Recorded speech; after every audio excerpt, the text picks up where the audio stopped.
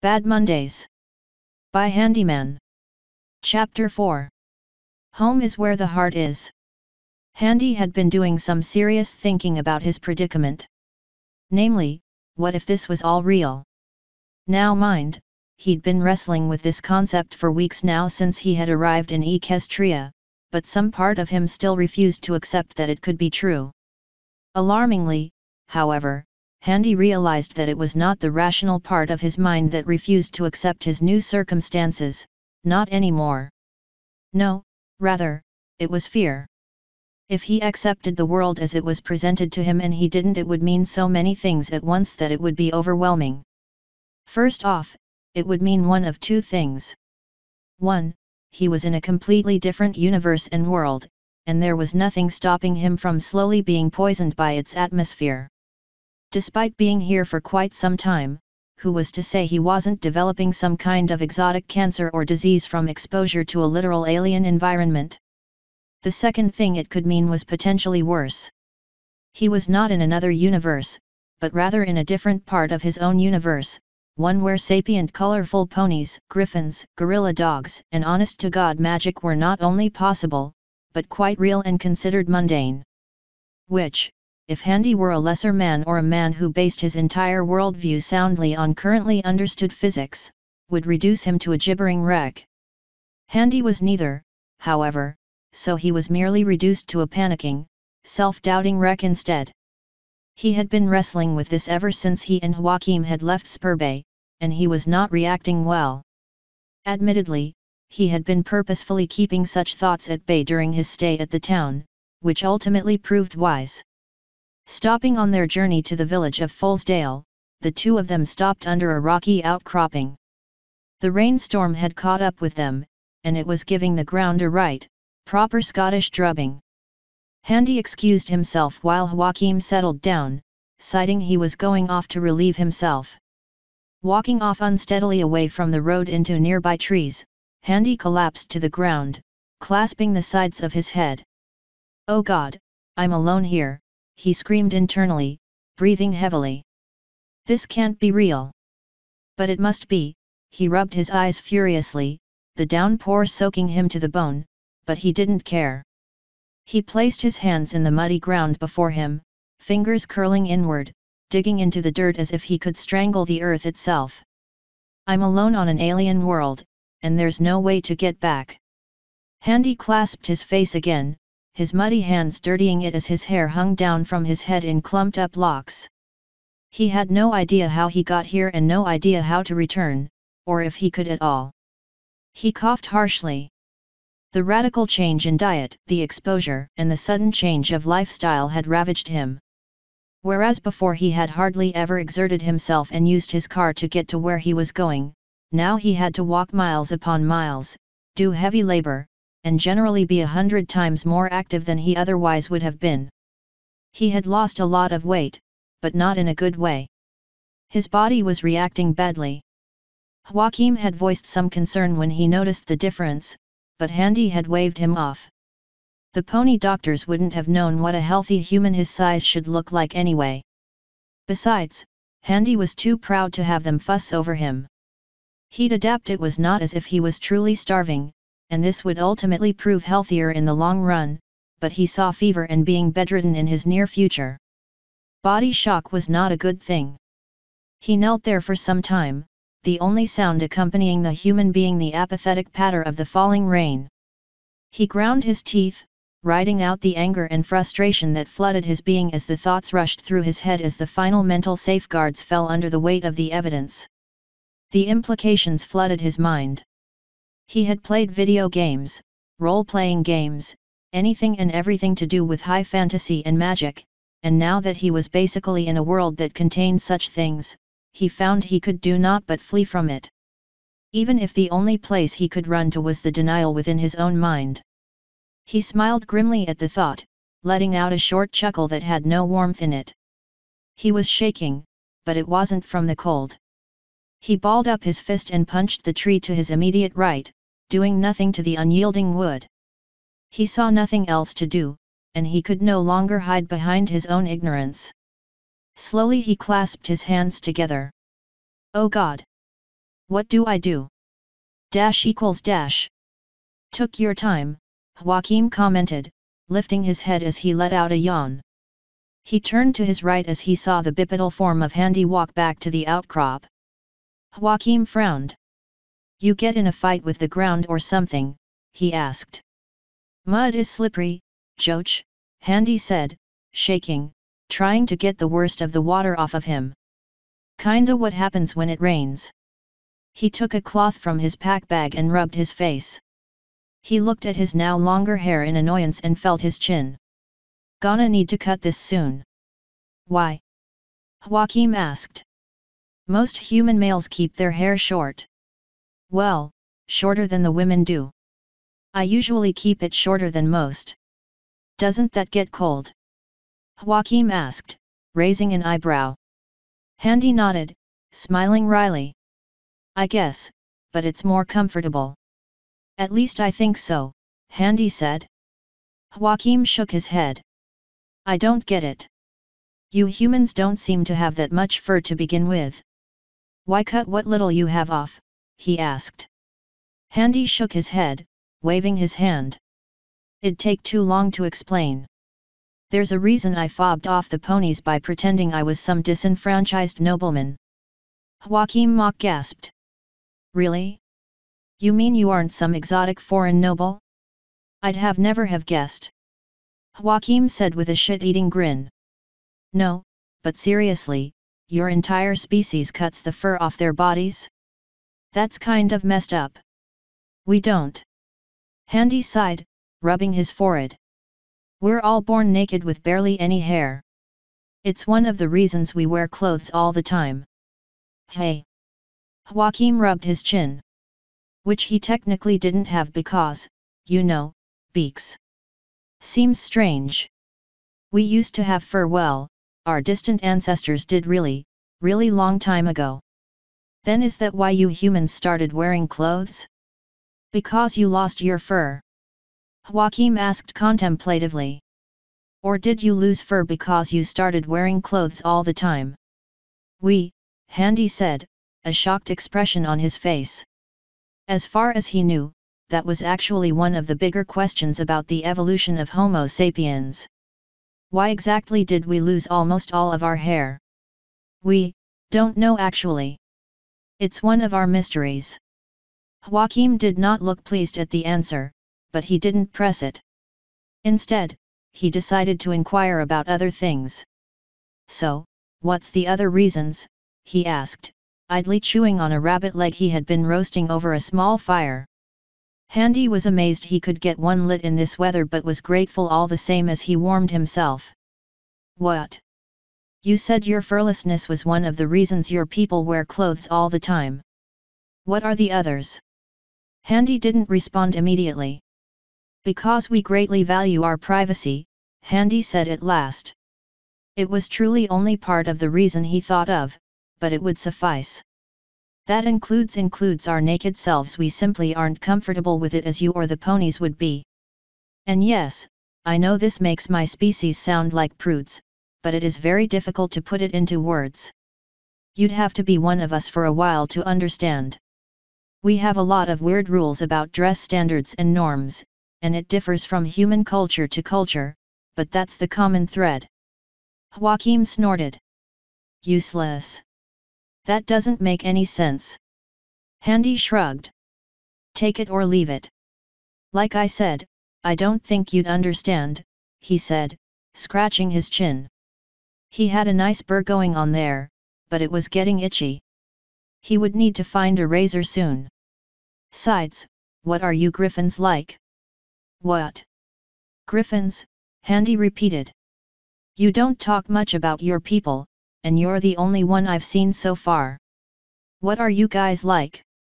Are you all feather-brained assholes? Handy asked jokingly. Joachim scowled. If you must know, we're a proud people. Joachim held his head high. And no, we aren't feather-brained assholes, naked ape. We come from Griffonia, a large kingdom to the east. Mountainous and harsh at times, we take great pride in our clans. Handy chuckled. What's so funny? Proud race, Highlands, clans? Griffins are basically Scotsmen, Handy said. Joachim cocked his head. Oh relax, it's a compliment, I was just comparing you to a human culture. Joachim snorted.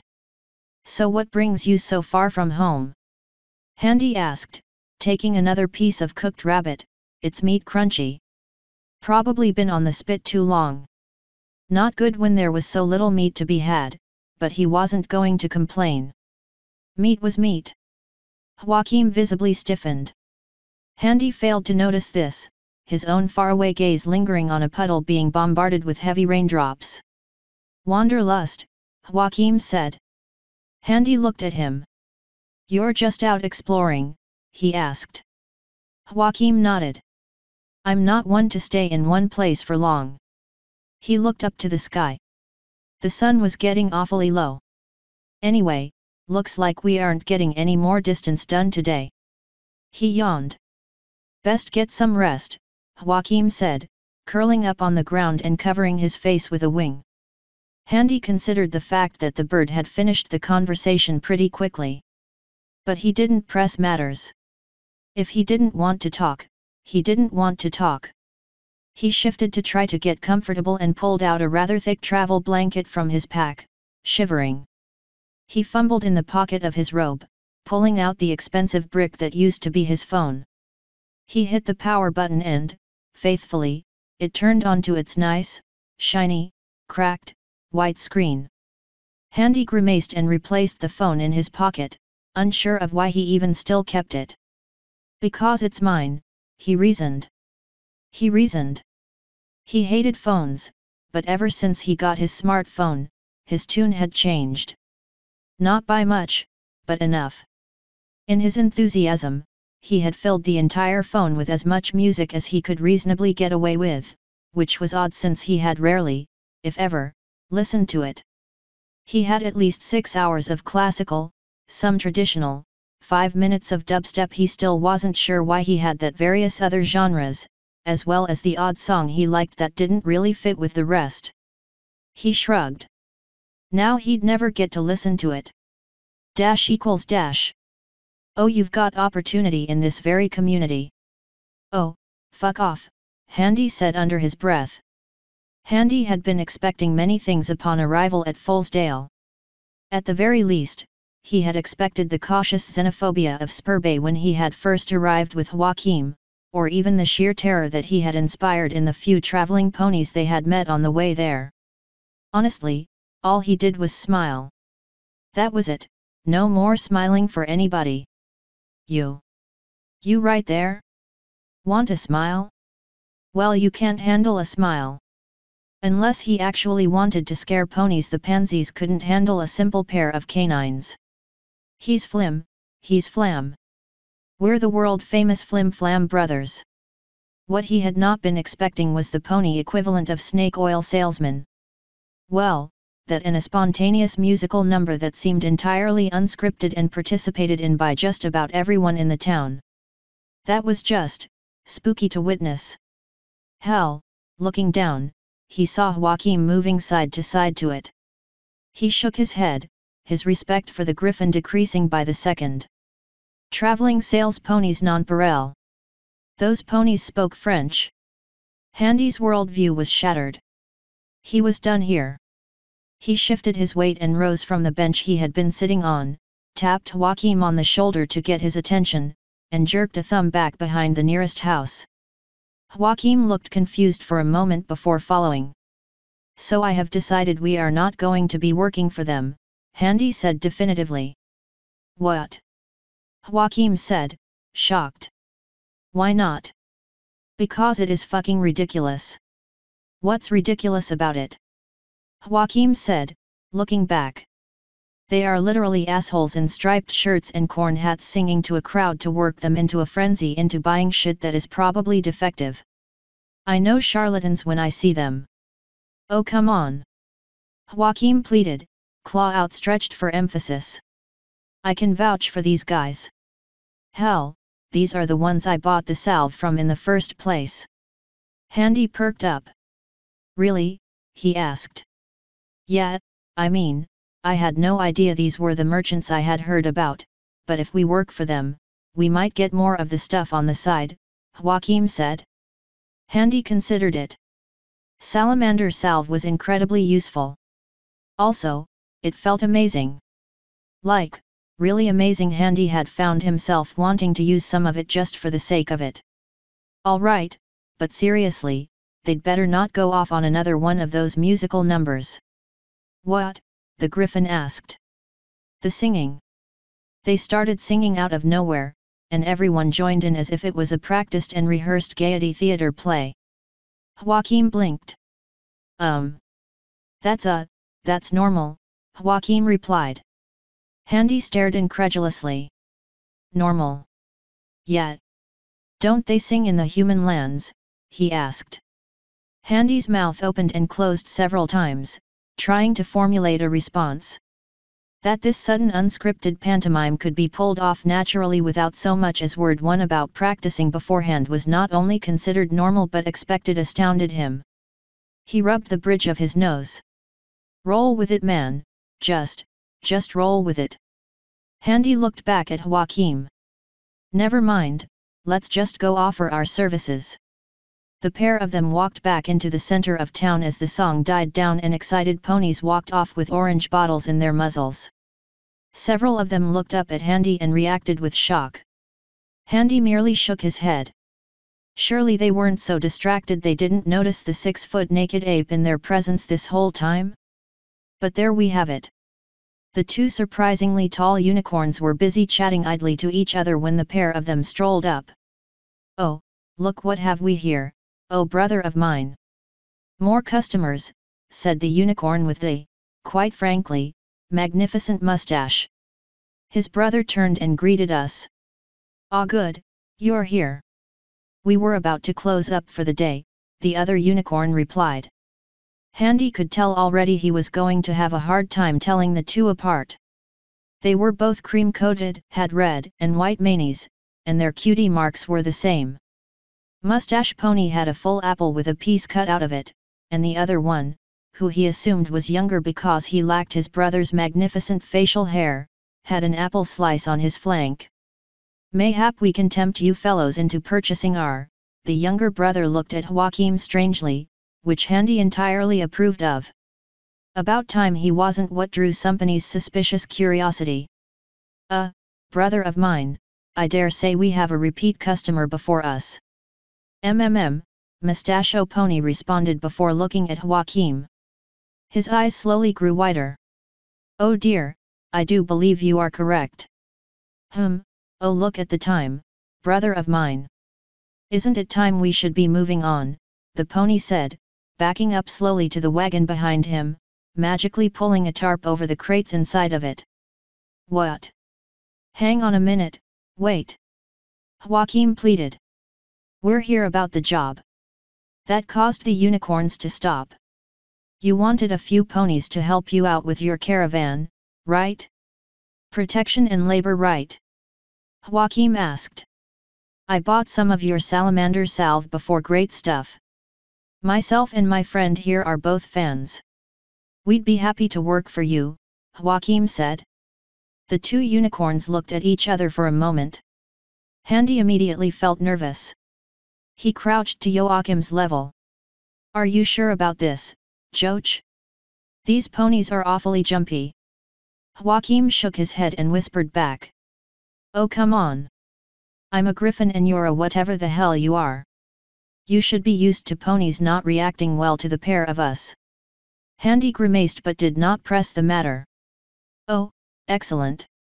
Yes, we had been looking for adventurous sorts such as yourselves, Mustache Pony said, suddenly beside them both in an instant and gripped the griffin with a hoof over his right shoulder. You see, my brother and I are branching out. We are sending this wagon on to other towns and villages to finish selling our goods. We need to go back to Canterlot to deal with our investors. Handy looked at the wagon. It was fairly big with a number of crates. He looked at himself and down at Joachim and chewed the inside of his mouth. Neither of them were built for pulling something like that for any length of time. You'll be helping Charity Belle as she pulls the wagon, the younger brother said. Oh, thank God. Charity Bell? Handy asked. Oh yes, another recent employee. She came to us yesterday to sign up. Oh Charity. Flim said, or was that Flam? Ah, who cared? A whitish-pink earth pony with a long, purple mane trotted over to the group. Yeah, she said abruptly, evidently not in a chipper mood. I'd like you to meet your partners. They'll be traveling with you, the unicorn said, gesturing to the pair of them. Hi.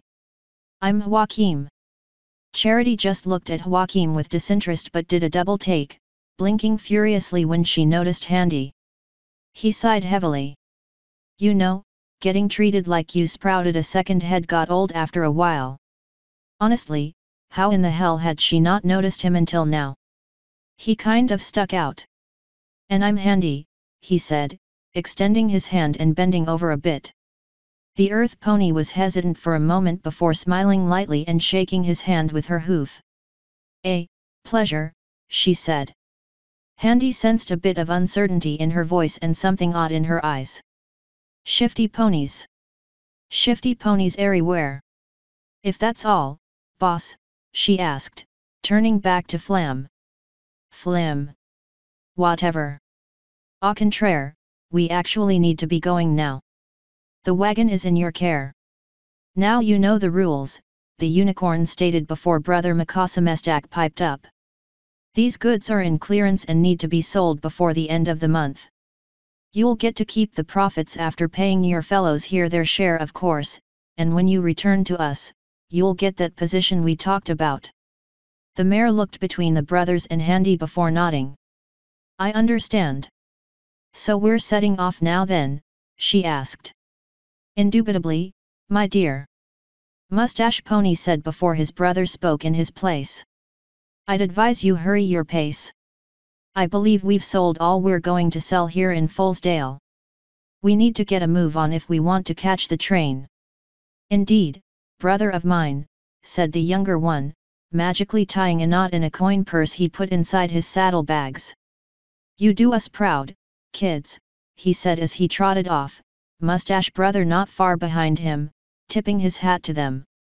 Charity Bell watched them leave. As soon as they were out of sight, she slunk to her haunches and let out a breath. Handy raised an eyebrow. I take it you're not fond of our bosses, he asked, noticing as Joachim went over to the wagon and fixing the tarp into place.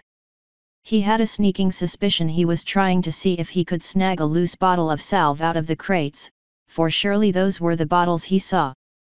My bosses actually, Charity said, eyes closed. She took another breath before getting back to her hooves and opening her eyes to look up at Handy. Since I'm the one paying you with my profits, I'm your boss. And what exactly are you anyway? A mutant minotaur. Minotaurs too. Why not just throw dragons into this bucket too? Handy mentally sighed. This pony was going to be difficult to work with, and he could tell he didn't like her already. Ah well, money was money. Time to work the old charm. Handy gave her a warm smile and closed his eyes briefly before opening them to look at her. My apologies, I am a human. I come from a distant land. Oh yeah? And where's that? She asked, looking at the bottom of her hoof as if mulling something over. Handy noticed she was wearing a horseshoe, which was odd. He had not noticed any of the ponies other than the miners wear any. Perhaps ponies only wore them when they were doing heavy labor? Must be uncomfortable nailing iron into your foot all the time. Handy considered her question. You know, this was a land of myth and legend, right? Fantasy and magic? They never heard of humans? Well, he had been only telling half-truths and not quite lies so far. Why not go all the way? Time to get mythological. Mylesia, he said. One of many human nations. An island on the edge of a great sea that borders our continent. The pony perked up at that. But I thought you said you were a human. I am, but you must understand, there are many human nations. We can't all call our country after our species, so instead we call them after our ancient tribal names for ourselves. I am a Mile Xian, a son of Mile Sus the Conqueror. My family were nobles but have fallen on hard times these past few generations. We still carry our traditions.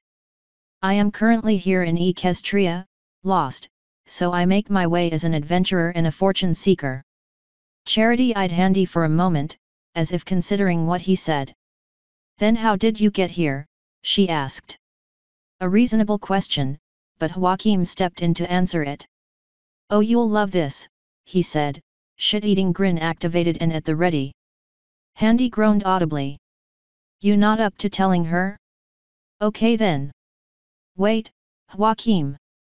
You see Handy here? Shoj. Shush. Woke up in the middle of the Everfree, right? The Everfree? Charity asked, her vision narrowing in incredulity. Yet. He was a right mess when he came out. I was in there a whole day. Give me a break. And a whole night? Probably longer, and do you want to know why, Charity? Joach asked. Handy face-palmed. Why? She asked, now interested. Well, see, Handy here apparently has a constitution to rival gods, Joachim said. Joachim, this is not the TI. So one night, coming home from a long day's work, our good friend here decided he had enough of life's stroll and decided to wet his beak, shall we say. He smiled up at the fuming human. Charity's face blanched. No, she had begun to see where Joachim was going with this.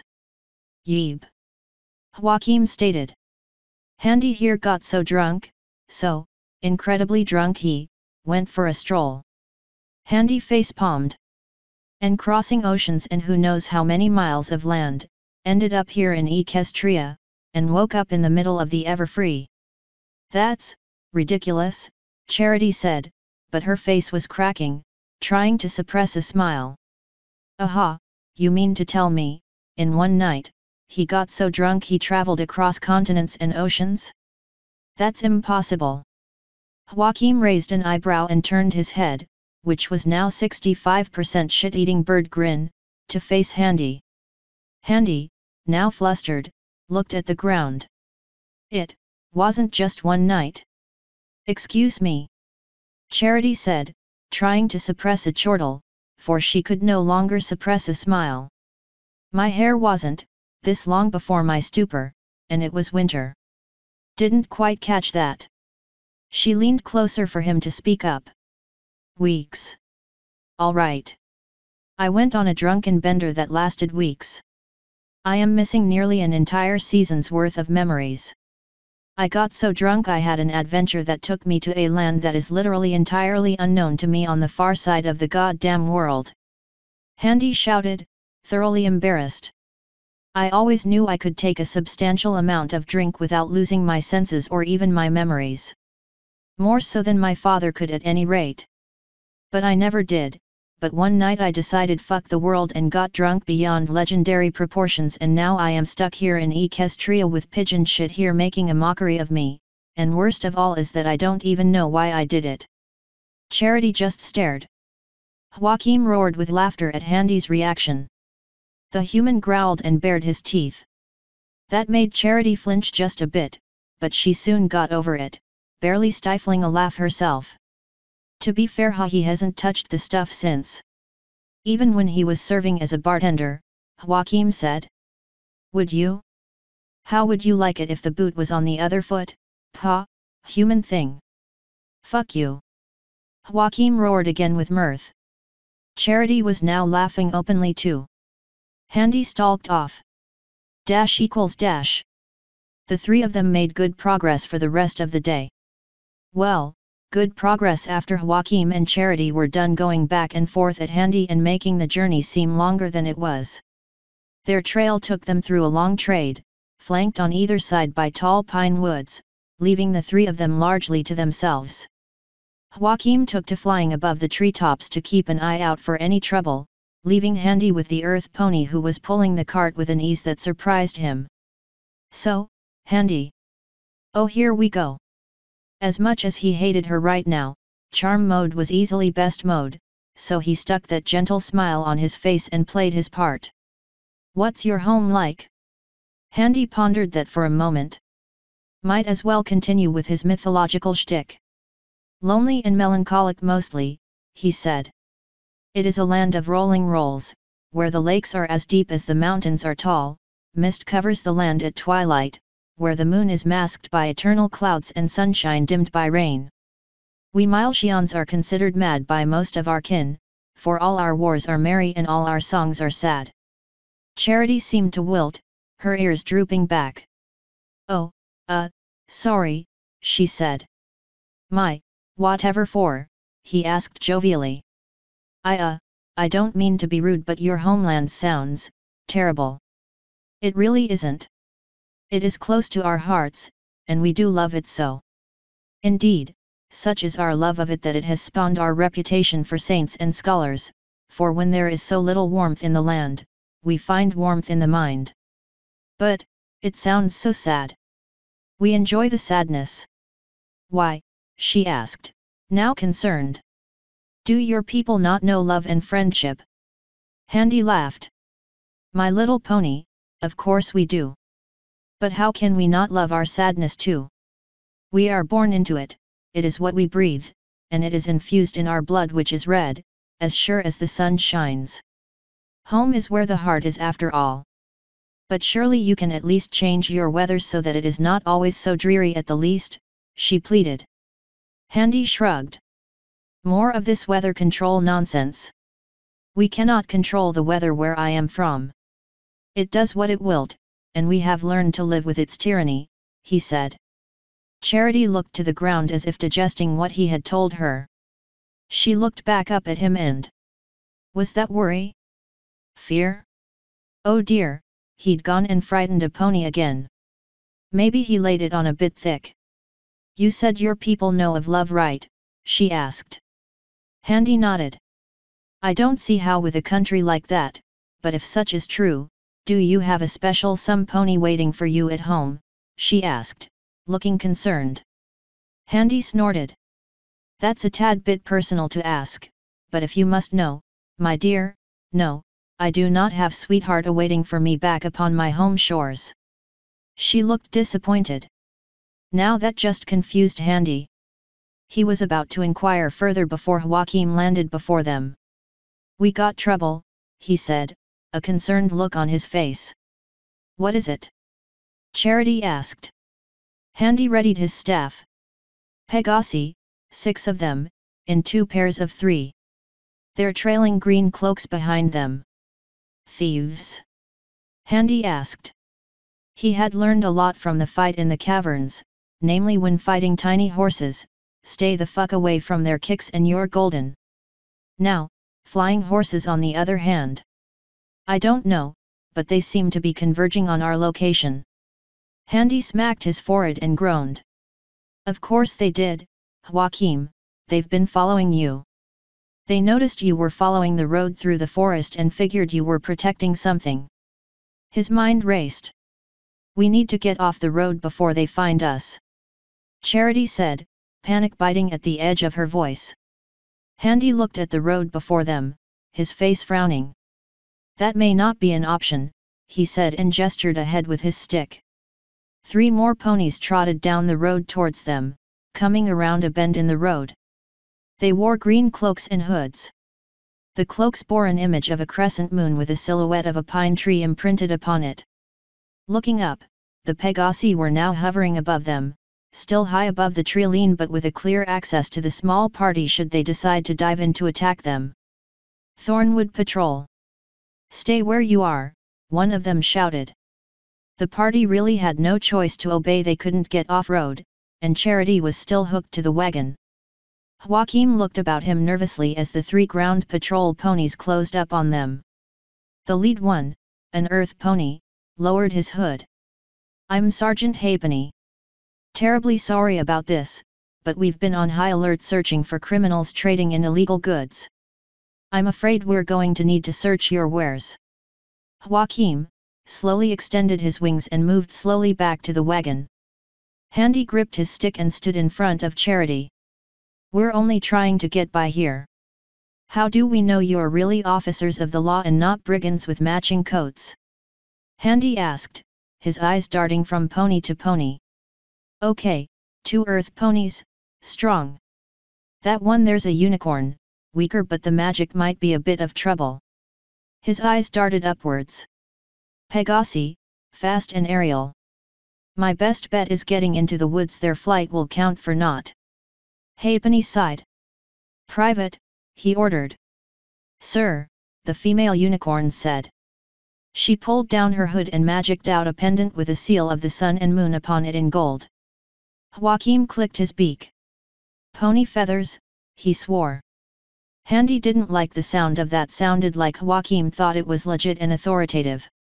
Looking back, he saw that Charity was cringing too. He sighed. Bollocks. All right, search away, he said, stepping aside. Thank you. Now if you could step away from the wagon, sirs, ma'am. Charity unhooked herself from the wagon as the 3 of them stepped over into the ditch at the side of the road. The 3 ground ponies marched over to the wagon and started to get to work. Handy immediately felt apprehensive. He knew those snake oil hawkers were too shifty to be trusted. Snake oil, salamander salve. Handy chewed the inside of his lip for a moment before his mind finally clinched it. Salamander salve was powerful, probably even magical when he thought about it. It made sense, considering what it could do. In fact, ever since he used it, he had been hankering for it. He didn't even need it, but he wanted it, badly at times, almost like an addiction. Oh dear God, he realized at last, we're drug mules. This is a bust. He crouched and pulled the 2 others closer to him. We need to fucking bail. Right now, he hissed. What? And leave, Charity said before he squeezed her shoulder tighter. Flim and Flam set us up to take the fall. These cops are here for us, he hissed. Salamander salve is an illegal drug. Joachim's eyes widened. When I say go, we move. Charity shook her head. No, I need this. I need the buy. Sir. We found them. All the crates are full of contraband, one of the earth ponies said. Handy saw the Pegasi making ready to dive at them. Move, he roared. He swung his arm around and scooped up the startled earth pony who only a moment before had been making to move closer to the wagon. She yelped in protest, but he didn't give one rotten fuck as he sprinted into the darkness of the woods. Joachim did the same, dodging between the thick pines as they heard the shouting of the ponies behind them. Handy lost sight of Joachim, but he heard the noise of the ponies behind him as they crashed through the thickets. He cursed, evergreen forests and their lack of lush ground vegetation being not what he needed right now. Charity was slowing him down, and she was protesting anyway, so he gratefully dropped her on her flank and bellowed, "Run! Get away! They can't catch all of us," at the stunned-looking pony. He didn't bother looking back as he ran on. He never saw the Pegasi coming until he had almost kicked him square on the jaw with a literal flying kick. He pulled up short and saw the pony break the bark of a nearby tree. He winced, for that could have been him. He immediately swung his staff around and clocked the guard's pony on the side of the head, sending it sprawling to the ground. It quickly got to its feet, but not before Handy rushed over, and with a swing of his boot, swiped up under the pony and caught him square in the gut. Winding it, he whirled the staff around and down, cracking it against the back of the pony's head. The pony went down, and Handy breathed heavily, adrenaline pumping through him. He hurried on. That's twice now, Joach, Handy thought viciously. That's 2 jobs you've gotten us into that ended in disaster. If I ever see you again. His thoughts were interrupted as a rock caught him in the shoulder, the force and shock of the blow sending him to the ground. He groaned as he stumbled to his feet. He had fallen into a decline. Looking up, an imperious-looking unicorn glared down at him in scorn, another rock telekinetically held aloft. You're under arrest for handling of illegal goods and assault of an officer of the law. Surrender now or I will forcibly place you into custody. Handy utterly refused to take this mare seriously with that kind of high-pitched voice. However, he struggled to figure out a way to escape this mare's wrath without incapacitating her. He did not relish the idea of hitting a woman, alien or otherwise. All right, Handy said, getting up until he was on one knee and held his hands above his head, the staff still clasped in his right. I'll surrender. The mare blinked in surprise and smiled. Really? She asked hopefully, dropping the rock. Excellent, she's naive. Ha ha ha nope, he said and flung the staff overhead at her. The stick spun end over end, and the mare let out a yelp of surprise as she brought up a shield. Handy had thought she'd do the smart thing and catch it in her magical grasp and fling it back, but this worked out even better. He sprung to his feet and dashed behind a tree. This was going to take some thinking. Where are you? She demanded as she stalked down from her perch, his staff gripped telekinetically as several stones circled over her head ready to be flung. He shifted, slunk down, and picked up a stone. He flung it to his right where it, thankfully, hit another rock creating a discernible noise. Aha! She cried, rushing over to investigate a thoroughly empty bush. Handy used the distraction to duck behind another tree slightly further away from the mare. Grrrnh. That's not funny. Get out here and face your fate like a stallion, coward. Believe me, if there was any honor for me in it, I would already be out there kicking your tiny arse, Handy thought angrily. He then saw an opportunity. The mare walked up close to his tree, her left side closest to it, and her head was turned away. He reached around the tree, and coming behind her, tapped her right shoulder. She turned her head suddenly to her right, her weapons raised. He then leaned around the tree's other side. Bending over, he brought his mouth close to her ear. Looking away as she was, she didn't notice him. Boo, he said softly before jerking upright suddenly as the pony spun around with tremendous force, and promptly smacked her head into the hard bark, her magic discharging violently from her horn and shooting upwards as she collapsed in a daze. Handy snickered. That worked out better than expected. Crack. Handy froze. Creak. He looked up. A rather distressingly large portion of the upper tree was hanging by a sliver of bark skin. Handy's eyes widened. Oh fuck me sideways, he thought. Crack. The branch fell at a terrifying speed, and Handy dove out of the way. He was not quick enough. With a yelp of pain, he felt the tree crash down on his legs, pinning him to the ground. Fuck, he swore. Shit shit shit shit. Private Douglow. Report, he heard a voice shout in the distance. Has anyone seen that unicorn? Sir. Pony down, a responding voice shouted. It seemed like they had found that Pegasi he took out before. Handy struggled. What is it with this world and fucking my legs over, he hissed. Handy, a voice uttered behind him. He looked and saw Joachim fall down from above. He looked terrible. Handy was pleased that he at least was not getting off easy. Shoj. Damn it, man. Look at the trouble you got us into again. I couldn't have known, he protested as he rushed over to help push the tree off of Handy's legs. Luckily, they didn't feel broken. I mean, those ponies seem kind enough and it was supposed to be a simple job. What, like the mine? I vaguely remember something about a week of slavery and almost dying 50 million times, yeah Egypt. I'm sorry. Look, let me. Oh, just go. Handy said. What? I said go. Buzz off or they'll catch you too. I can't just leave you here. I need to help you get out. You'd do the same for me. No, I really wouldn't, Handy thought viciously, thoughts surfacing about abandoning an unconscious Joachim as he explored that cave, guilt and opportunism being the only reason Joachim was still alive. Just go, we can't lift it. But. Move it, bird brain. Over here. I heard something, one of the guards shouted. Joachim looked conflicted. Handy sighed. Look, I'll get out of this, trust me on this.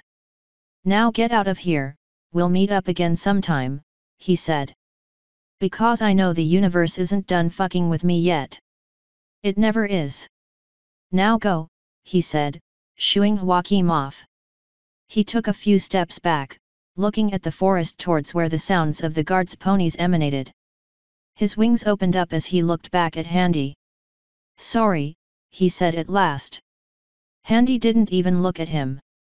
He took off into the trees before closing his wings and jumped from tree to get away. Handy sat there, considering his options. How on earth was he going to worm his way out of this? He knew it was foolish to refuse the griffin's help, but he was furious with the bird and too proud to be saved yet again by the damn chimera. It was then he saw the tree lit up as if ablaze with green bale fire. Handy let out a yelp of shock, for the tree lifted up and off of his legs. He quickly pulled himself out from under it, patting down his ruined jeans and lower robe, confounded by how they were unaffected by the flames. He got on his feet as the tree was placed back on the ground and the flames dissipated. The tree was unharmed. He heard hoof steps to his left and turned. Charity? Handy asked as the earth pony emerged from the shadows, her eyes briefly flashing green. This way, follow me, she said. Handy hesitated but then followed after her. He chased after the pony deeper into the woods, the sounds of the guards' ponies behind him eventually growing quieter as he followed the pony, ducking and weaving between trees. Eventually, the pony stopped in front of a large hole beneath a rather old and gnarled tree. This should do, she said. Do for what? Handy asked, panting, and how did you lift that tree? I didn't think Earth Po. No time, quick. She reached into her mane and pulled out an odd, circular object with a green pulsating gem in the middle. The cover looked chitinous. She pressed down on the gem and threw the disc into the hole. Handy was momentarily blinded by a flash of green light. When his vision normalized, he was looking at a rather ominous green vortex where the hole used to be. It was almost sickening to look at. Quick, get in. Charity demanded. Charity, what the hell is this? What's going on? Handy responded. She groaned and moved behind him. Get your flank in there, she said as she bucked Handy, sending him collapsing into the vortex. For a brief moment, everything Handy knew was a whirling, dizzying spin cycle of burning sensation, and then, silence. It stopped as soon as it had started, and Handy slowly pushed himself off of the ground, which was suddenly cold and flat. It was smoothed stone. He looked up around him and saw arching walls leading up to a high ceiling. The architecture was strange and alien to him, like something you would see on the ship the colonial marines found in the first Aliens movie Black, but with a sheen and lots of green light. He was surrounded by creatures. They looked like ponies but, they were different. They were covered in a black, hard shell and had prominent fangs. Their legs had holes cut clean through, as if sliced through with a laser. They had large eyes, entirely covered in a light blue shell, giving an entirely insectoid appearance. Most of them had insect wings, and he heard a large degree of buzzing as they milled around them, spears pointing at him as he knelt there. Another noise sounded behind him. The nearest comparison he could make was a raging fire, suddenly swallowed down a sink, followed by hoof steps. Thorax, report, one of the creature before him demanded, looking over Handy's shoulder. Handy followed his gaze to see Charity Bell behind him just as she was consumed in green flames and, turned into another one of these, things. Your mission was to scout and ingratiate yourself in Canterlot. Why have you brought this thing here?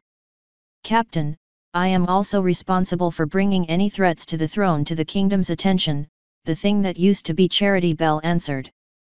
She, if it even was a she, looked at Handy with those cold, armored eyes. This creature is heartless. Well, that was just rude. I was unable to detect him until he was literally right in front of me. I probed him for information and to determine if he was a viable food source. Okay, well that was just all kinds of terrifying. This creature, this human, is capable of mimicking all forms of expression. I have seen him express embarrassment, anger, and joviality to a convincing degree, but felt none of it.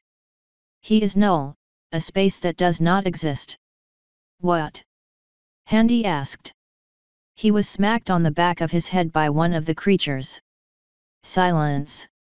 Continue, Thorax, the captain said. It was hard to distinguish between them honestly. This creature cannot be detected nor read, nor fed on. We were beset upon by equestrian forest patrol, and I determined it was best that the ponies do not discover his abilities, lest they use them against us, so I brought him here, using the emergency SID. You have done well, Thorax. I will see to it that it does not go unrewarded, the captain responded. Thorax lowered its head. I live to serve, Captain. That you do. Alert the Queen. And put this one in a pod. Pod? Handy asked, now immensely concerned. He didn't understand anything of what was being passed around. However, he didn't have long to fret over these concerns, as something big and hard hit the back of his head, and the human hit the floor like a sack of potatoes, unconscious. Author's note. Shoddy chapter is shoddy. Not fond of this one, but I really needed to get the plot chugging along. Criticism is appreciated. End author's note.